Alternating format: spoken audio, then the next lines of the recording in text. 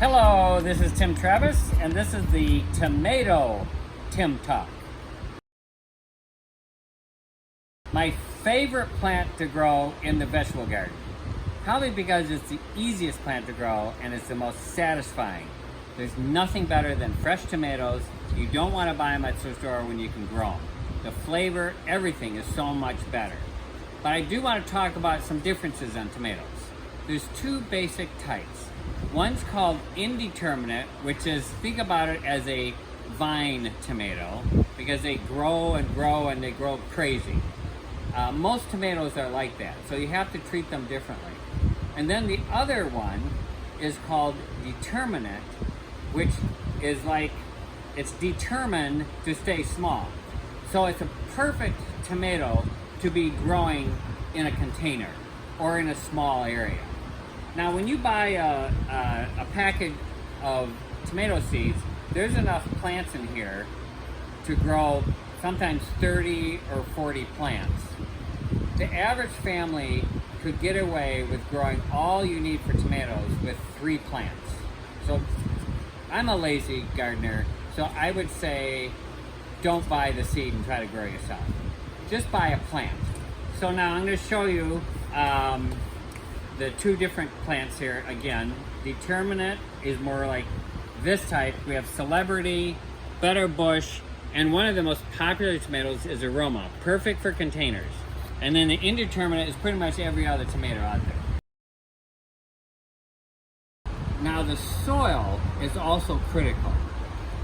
Now if you're growing them in a container, it's completely different than growing them in the ground. In a container you need loose soil with a lot of aeration. And so we carry this fabulous professional potting soil. It's called SunGrow. And basically it's a mix of peat, perlite, composted bark mulch.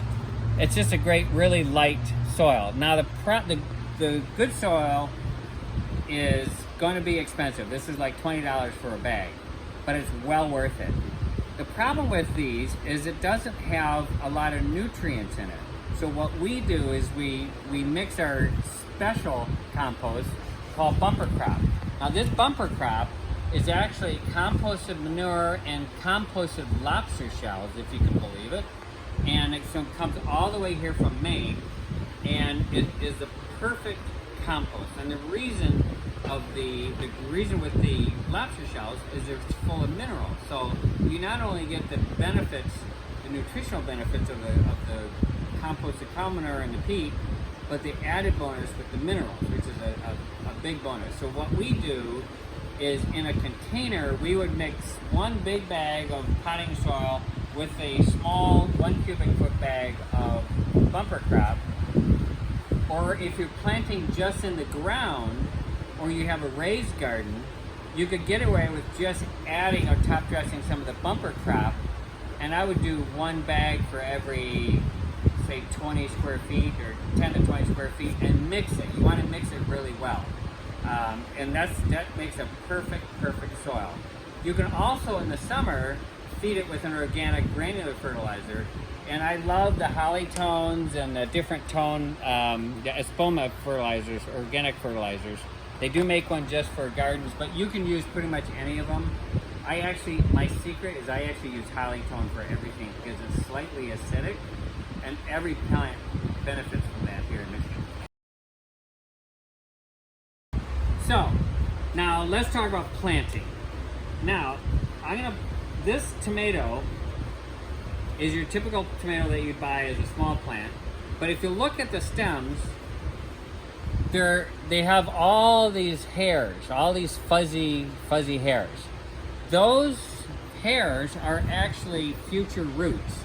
Now, tomatoes need lots of water, so it's important that you plant them deep enough to produce a lot of roots, so that will feed those tomatoes, those starving tomatoes, for water. Now the trick is to plant them deep. So we're going to plant this right up to here. Now the question is, how do you stake this plant? Now the common old-fashioned way is with these stakes, these cages. What I don't like about this is you can't manage a plant once it's growing in there. It turns into this big leafy, weedy looking thing, and you really don't get enough tomatoes. It's all leaves. So I don't use this at all. I just use stakes. Now in this case, this is a tomato that already has a side branch coming out of it. I want to plant this deep. You can see how I'm planting it really deep, and I'm just covering the stem with soil. That's okay, it's not gonna hurt them. And the key is you wanna keep this pruned, and remember, these grow really, really fast. So sometimes you're out there once a week pruning the side shoots. Just limit it to only 3 stems. Now here, we only have 2 right now, and so I'm gonna spread this out as far as I can, and then we're gonna train it to grow up these stakes. So I use this plastic ribbon, which is flexible, and you tie it loosely. You don't want to tie it too tight, because when the plant grows, it's going to get heavy, and you don't want it to break on its own weight. You just want to kind of secure it enough to grow on the stake. And you can use, these are metal stakes, you can use heavy wood stakes. The key is to have long enough stakes. So if they're like 6 feet long or tall, perfect. And just keep growing it and staking it, and limit it to just 3 stems, maybe 4 if you're ambitious. But that's more than enough.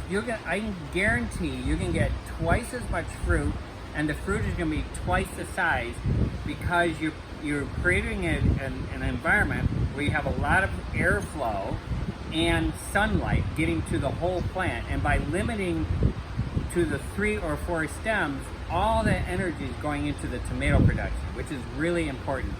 Now, again, since they love a lot of water, after everything is planted and you fertilize it, then it's really important to mulch it. Now, I like to use straw, because straw is easy to put down, it stays dry, but the other benefit of straw is it keeps the soil moist.